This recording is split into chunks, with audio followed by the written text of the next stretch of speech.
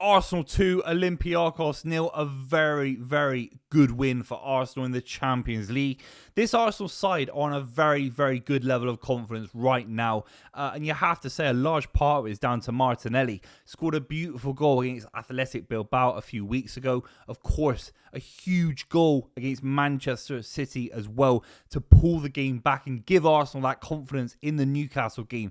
And against Olympiacos at home, they're expected to win this kind of game, but it is a banana skin that could have cost Arsenal in recent years. But they've got a squad to manage multiple fronts and do it not only in a kind of getting over the line kind of way, but with a level of confidence. At points, they really, really battered Olympiacos, who are a pretty decent side, and their keeper was pulling off many saves. We're going to break down the goals and, of course, some match analysis. Make sure you subscribe to the channel if you're brand new. Would really appreciate that.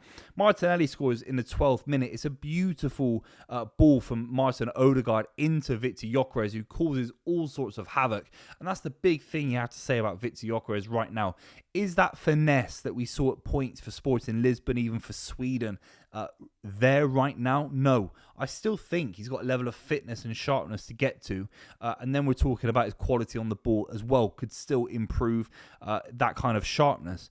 But he's creating a lot of physical problems for centre-backs. He's actually creating a lot of space for players around him. Now, look, strikers, marquee signings like Victor Gyökeres isn't going to live off that. But right now, he's getting a few goals here and there as well, but he is influencing games at a high level. I really do think he is. And he caused all sorts of havoc in the first 12 minutes against Olympiacos. And Martinelli gets off the back of a bit of a calamity between the Olympiacos back line. And he bends his run just around the ball just to tap it in. It's a cute little finish, not an easy finish. I've seen Erling Haaland miss those kind of chances.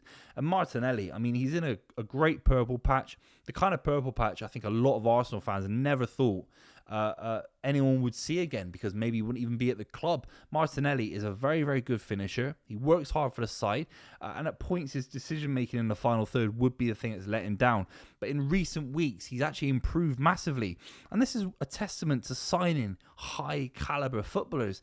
Sometimes we see football in a kind of zero-sum game way. When Eze comes through the door, when Madueke comes through the door, when Victor Gyökeres comes through the door, maybe other players in January or in the next few years, that isn't a fixed thing in the Arsenal squad. That can actually influence and make the players that are currently there play better.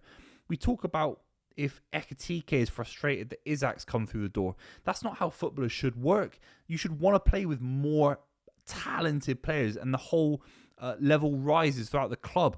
And you have to say Martinelli, I think, is living off the fact that he's playing with better players around him. He's working hard. He's making better decisions. And he's scoring big goals. Again, that's down to Victor Gyökeres, who's a brand new signing as well. We have to say Martin Ødegaard, big game for him. Obviously not been fully fit in recent weeks. This Arsenal side are completely different without Martin Ødegaard. And I've been a big proponent of Eze and Ødegaard in these kind of games. Now, I get the rotation because Eze obviously is playing a little bit more recently because of injuries to Ødegaard. But you have to say Ødegaard, Eze, maybe Zubimendi, that for me works a treat in other big games that Arsenal have got. I mean, I think Arsenal have got Bayern Munich coming up at home in the Champions League. This is about 4 or 5 weeks away. I could see Ødegaard and Eze playing both together in this game and doing a lot of damage to Bayern Munich. I really, really could. Let's just talk about Bukayo Saka's his first goal, Arsenal's second goal. Again, it's a Martin Ødegaard ball on his left foot, playing it between the lines. And Saka on his left foot on the left-hand side of the pitch. It's not something you see very often, but he smashes it between the keeper's legs. Really important goal that for Bukayo Saka, because you do feel his goals this calendar year have dried up a touch. He's doing a lot of good work. He's getting a couple of assists here and there as well. But the actual sheer numbers that a lot of modern football fans live off, even though I like to look at players just for how they're performing, I think Saka's been good this year. The numbers do matter to football fans. They matter to players. And getting a Champions League goal in the 92nd minute is good for Bukayo Saka. Obviously, he came off the bench. And I thought he looked really, really sharp. I think Arsenal with Eze, Ødegaard, Rice, Zubimendi, Saka, all fit and sharp in bigger games than Olympiacos will be a testament to how good this Mikel Arteta squad is, and I think it's very, very good. That's my spoiler. But again, going back to Martin Ødegaard, he is the metronome in this side. Played the entire game today. Everything was going through him. He's not always the most biggest risk taker in the Arsenal midfield, and that can frustrate me against big six opposition where you only get 1 or 2 chances a game to play that killer ball. Against Olympiacos, he has way more opportunity to spread passes and keep possession. He's a very, very good footballer. With Eze, maybe Eze is more of the risk taker. Maybe Eze can carry the ball slightly better than Ødegaard into the final third and with little 1-2s and little instinctive finishes. But Ødegaard from a deeper position, I think, is very, very important. He gives Arsenal a lot of rhythm in that midfield. You have to talk about the clean sheet for Arsenal again. Look, you could win this game 2-1. No one would really care. It's Olympiacos. It's not, no one's counting goals at this stage in the season, but Arsenal are. David Raya pulled off an unbelievable save in the game. Gabriel and Saliba are performing together. Scary good. I thought Ben White was good as well. The scary Ben White, Gabriel, Saliba back line was the back line basically last season before the likes of Mascara, maybe Calafiori's fitness, Urian Timber's in there as well. But what I'm saying is that the Arsenal B11 or B back line or the B fullbacks are as good as almost any fullbacks in European football. Ben White could start for a host of Champions League clubs, and Skelly is a prodigious young talent that could be starting more games for Arsenal as it is. So Arsenal got so much quality. Declan Rice didn't start this game. It's scary for the rest of Europe, for the rest of the Premier League. I think Mikel Arteta is getting better at balancing the squad and knowing when to let his handbrakes off. I was very judgmental about how they started against Man City, against Newcastle United. 2 games where he's made big changes to influence things. Against Olympiacos, I thought they were very, very good. And they've got a run of fixtures where they can kick into second gear and third gear, whilst maybe Man City are still struggling.